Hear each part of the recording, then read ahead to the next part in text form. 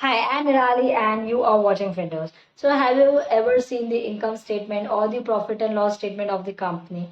If yes, then there are two important components in it which you must know. That is the earning per share and diluted earning per share. So understand earning per share, you first need to know what is the formula of it and what are the components in it. So earning per share formula is net profit minus the preference shares dividend divided by the average equity shares of the company. So the first component in EPS is net profit. So how do you derive the net profit number? So it starts with the revenue. Revenue is the total income the company has generated from its core business. Then we subtract the various expenses such as cost of goods sold, then operating expenses, depreciation, amortization, interest expenses, taxes, and then we arrive at a number that is net profit. Net profit is a profit which is available for all the shareholders of the company.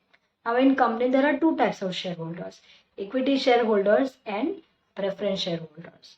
Now equity shareholders are the owners of the company. They have a high probability of earning a very good return, but unfortunately it also has a very high risk in it. So as the owner of the company, equity shareholders has voting rights and they can vote in all the company matters and decisions which can influence the company's performance. So as the owner of the company, they need to first pay off all the debt obligation, give dividends to the preference shareholders, and after that, whatever is left is then enjoyed by them. So what is preference shares? Preference shares are also known as preferred stock, which means that preference share get preferences over the equity shareholders of the company. So while the company is declaring dividend, so the preference shareholders will get dividend first and later on the equity shareholders will get.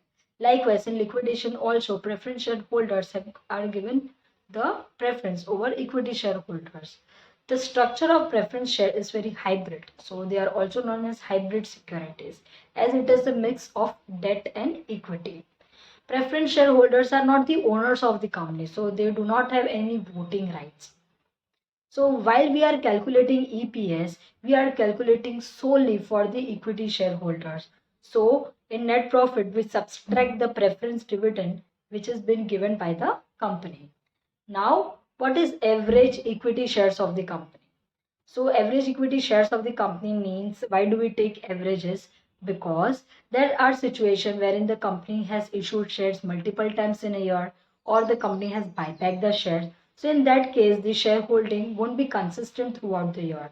Therefore, we need to take the average shareholders of the company, equity shareholders of the company. So now we are going to discuss about the diluted EPS. So diluted EPS will be always lower than the EPS or equal to EPS. And diluted EPS is often calculated in the company wherein the capital structure is more complex. So the calculation of diluted EPS is very complex.